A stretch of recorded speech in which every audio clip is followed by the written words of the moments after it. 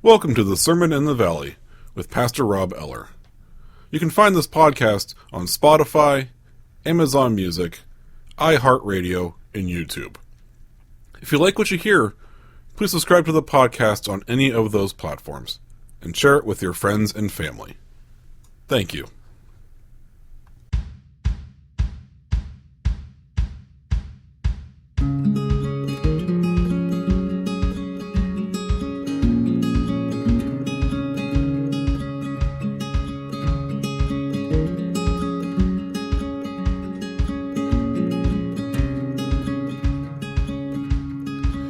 Welcome back to the Sermon in the Valley. Pastor Rob Eller here with your Monday sermon episode with the readings in my sermon from Sunday, July 14th, the 8th Sunday after Pentecost. This is also part 5 of my summer sermon series, Live by Faith, with today's sermon being about how faith brings about justice and makes the powerful very, very nervous. Let's get started. A reading from Amos. This is what the Lord God showed me. The Lord was standing beside a wall built with a plumb line, the plumb line in his hand. And the Lord said to me, Amos, what do you see? And I said, a plumb line. Then the Lord said, see, I am setting a plumb line in the midst of my people Israel. I will never again pass by them. The high places of Isaac shall be made desolate, and the sanctuaries of Israel shall be laid waste. And I will rise against the house of Jeroboam with the sword.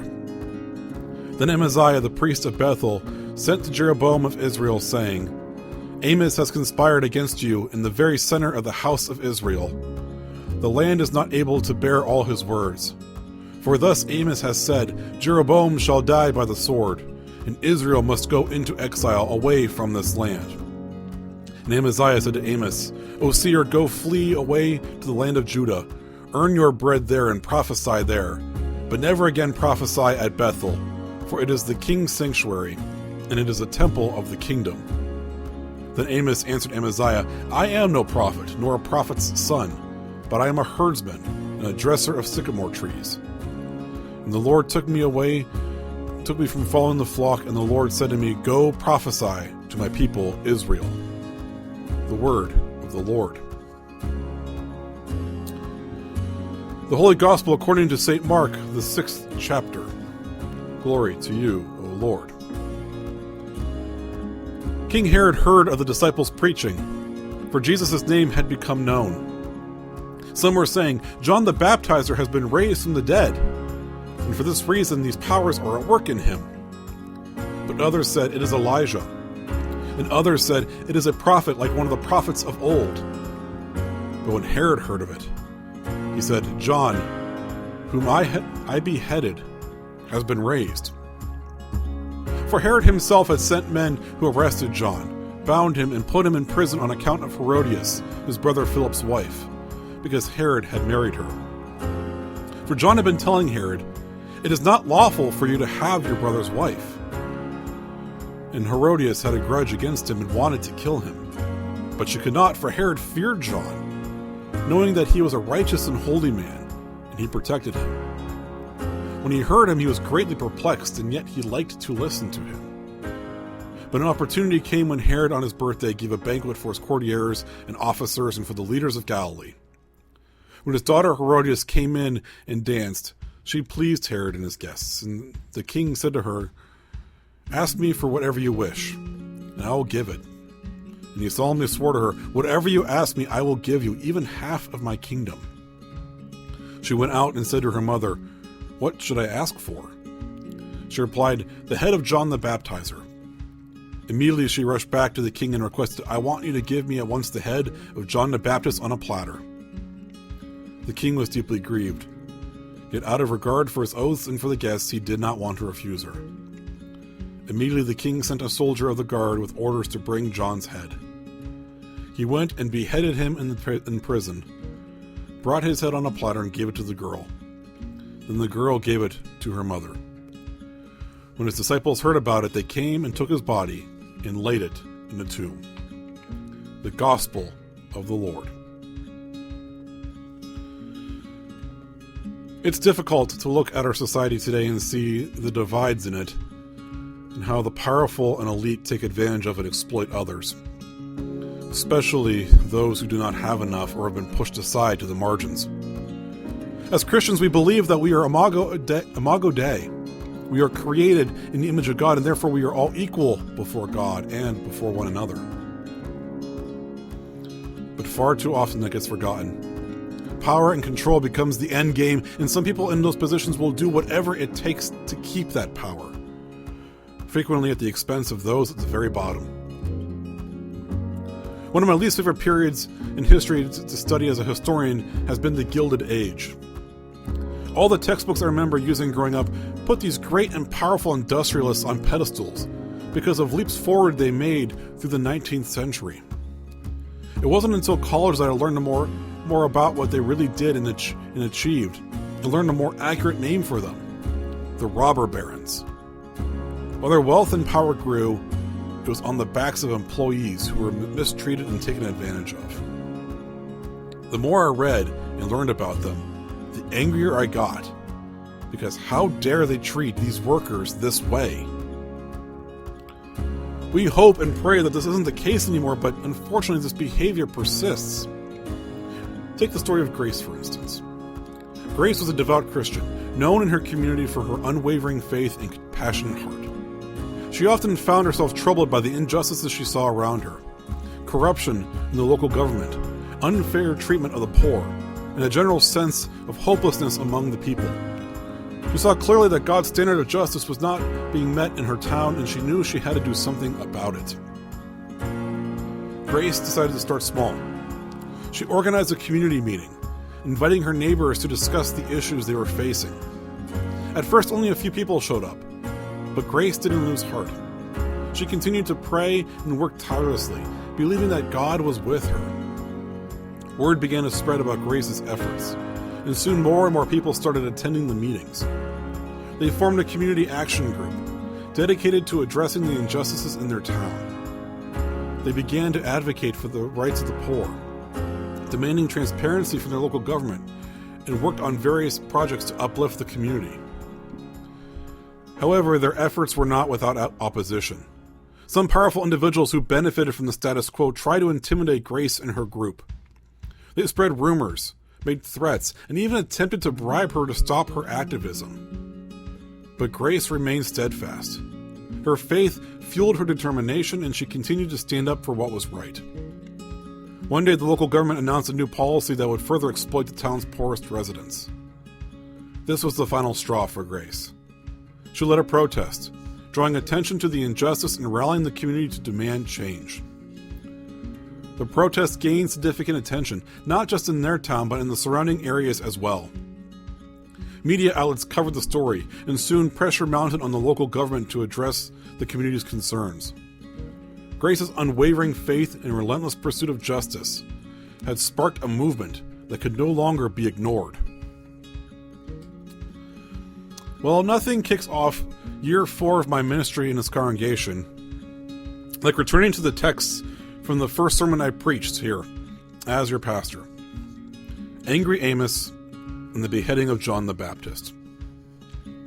I commented then that I didn't believe in omens because this would have been a real doozy of one. But 3 years and more insight, experience, and knowledge later, I'm seeing a deeper story within these readings today. One that fits within the sermon series. That faith brings about justice and makes those in power really, really nervous. There are some similarities between our reading from Amos and the Gospel from Mark. Both are about prophets who called out injustices, were feared, and ultimately their lives were in danger.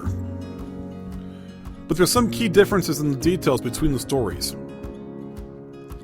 Like many prophets before and after, Amos was just an ordinary person, minding his own business, and was called by God to prophesy to Israel. Unlike the other prophets who were gentler in their language, Amos was quite angry. Well, this reading today is in the middle of God showing Amos 3 visions for what he was going to do with Israel. The first 2 they're not listed are locusts and drought. Visions familiar given the plagues that God rained down on Egypt. After each of those visions, Amos pleaded on behalf of Israel, and God relented. The third one in our reading today is a little difficult to understand if we don't know the terms being used. God asks Amos what he sees, to which he replies, a plumb line. A plumb line is a tool used to measure the straight vertical line. It's essentially a weighted bob, usually with a pointed tip on a string that is hung. In Amos's vision, it symbolizes God's perfect standard of justice and righteousness. It begins to make more sense when you understand sinning as missing the mark, as in missing the target when you are shooting an arrow or throwing a dart. If that dart or arrow doesn't follow a straight line, it won't hit the target. God is standing on a wall that is meant to represent Israel and is using the plumb to test the straightness of the wall, measuring Israel against his standard, and they are found wanting. The vision reveals that Israel's spiritual and moral foundation is crooked. How crooked, you may ask? The wealthy and powerful are living an opulent lifestyle and have enriched themselves by beating down the poor through dishonest means. In turn, Amos's prophecy is focused almost entirely on calling out the sins of the rich and powerful. While in other prophecies, God did relent to the prophet asking for mercy on the people, in this case, the people had gone too far with their mistreatment, and therefore something had to be done. As God tells Amos, the high places will be destroyed, and the sanctuaries in ruin, and Jeroboam will be deposed. God's decision to no longer spare them signifies imminent judgment due to their persistent injustices and idolatry. Naturally, this doesn't go over well when word gets back to the priest Amaziah and King Jeroboam. Their hold on power and control, as well as their way of life, is being threatened, and their response to it is also very telling. Unlike when Jonah prophesied to Nineveh and the king immediately repented, Amaziah and Jeroboam in turn threatened Amos and tried to force him to flee. But Amos in turn refused to back down. He continued the work that God had commissioned him to do. The message Amos had from God was clear. God will no longer overlook the injustices and corrupt practices of Israel. The prophecy underscores that true faith demands justice and righteousness. John the Baptist followed in Amos's footsteps, as a prophet calling out the injustices he saw happening during the reign of another corrupt ruler in Israel, Herod. We focus a lot on John in Advent and just after Christmas with the stories of him baptizing the crowds and later Jesus. But after that, what does John do? With Jesus now out doing ministry, John's role shifts from the baptizer to the forerunner, continuing to prepare the way for Jesus and to call out what he sees as immoral and unethical behavior, especially that of Herod. To clear something up, this isn't the same Herod who ordered the slaughter of the innocents after Jesus was born. That was Herod the Great, and this is his son, Herod Antipas. Like his father, Herod Antipas feared anyone who threatened his power, and with John going around condemning Herod's behavior, Herod then imprisoned John. John had been speaking out against Herod marrying the wife of his brother, and this new wife, Herodias, took issue with that. Unlike his father, Herod didn't want to harm John, because his fear was based on John's popularity and status as a prophet, and Herod also took an interest and was fascinated in some of what John was saying and teaching. What Herod preferred more, though, was being able to hold onto the power he had, and as such would do whatever it took to ensure that. He had a banquet in his honor, and he offered to give his wife's daughter whatever she wanted. So she conspired with Herodias and asked for the head of John the Baptist. It pained Herod to honor that request, but he did it anyway. But with Jesus now on the scene performing miracles, healing the sick, and calling out those in power, Herod thought for sure that John was back. He saw the faith people had in Jesus, and suddenly fear struck him.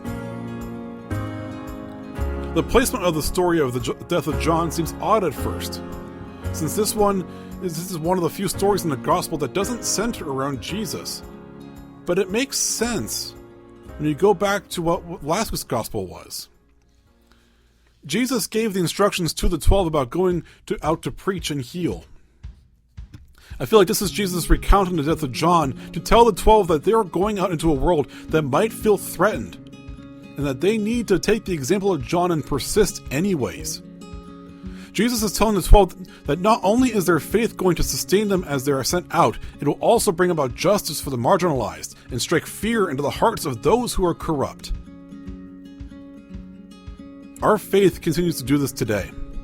God's plumb line, his standards of justice and righteousness are non-negotiable. God has clearly laid out how we should treat others, and we need to ask ourselves every day if we are living in a way that is straight and true according to God's word. Is what we are doing centered in God's love for all, or is it rooted in self-interests? If it's for selfish gain, we have missed the mark. We have become the very people Amos prophesied and that John preached against. When we realize where we have fallen short, then we know what we must change, and we know the standard we are to hold others to as well.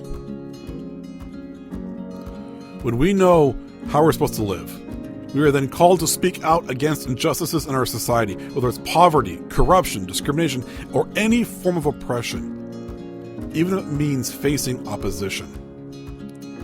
Our faith should propel us to advocate for fairness, equity, and righteousness. Are we willing to stand up for justice, not just when it's convenient and safe for us, but even when it's inconvenient and dangerous? Are we willing to put our reputations, careers, and even lives on the line for what we know is the right thing to do? Faith such as this demands action and sometimes requires great personal sacrifice for the sake of justice. I know that it's scary and daunting to think about.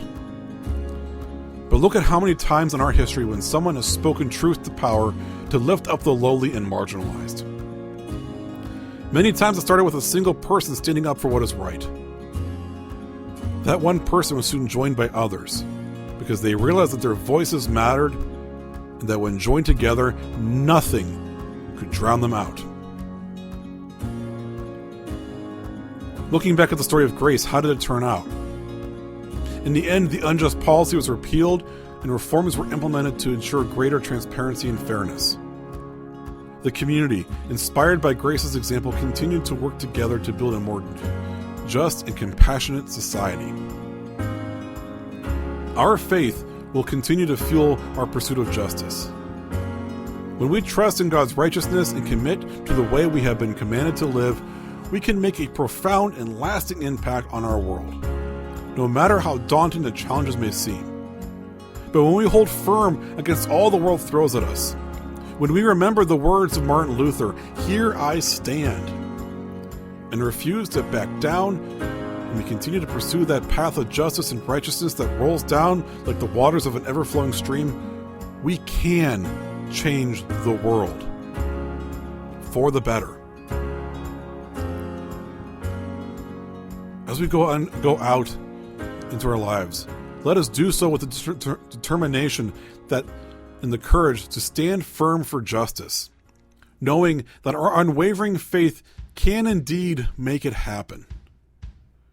May our words and actions reflect this justice and righteousness and bring about the change that our world so desperately needs. So let's be angry like Amos and bold like John the Baptist and go into the world, making it better for all of God's creation. And all of God's people said, Amen. Thank you for listening. Please share this with anyone who needs to hear it.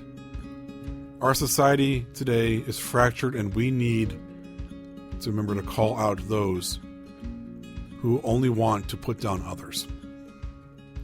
So please share this with your friends and family. Spread the good news for all to hear.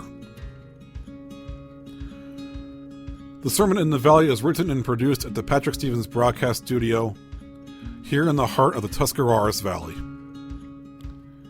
God's peace be with each and every single one of you. Have a blessed day.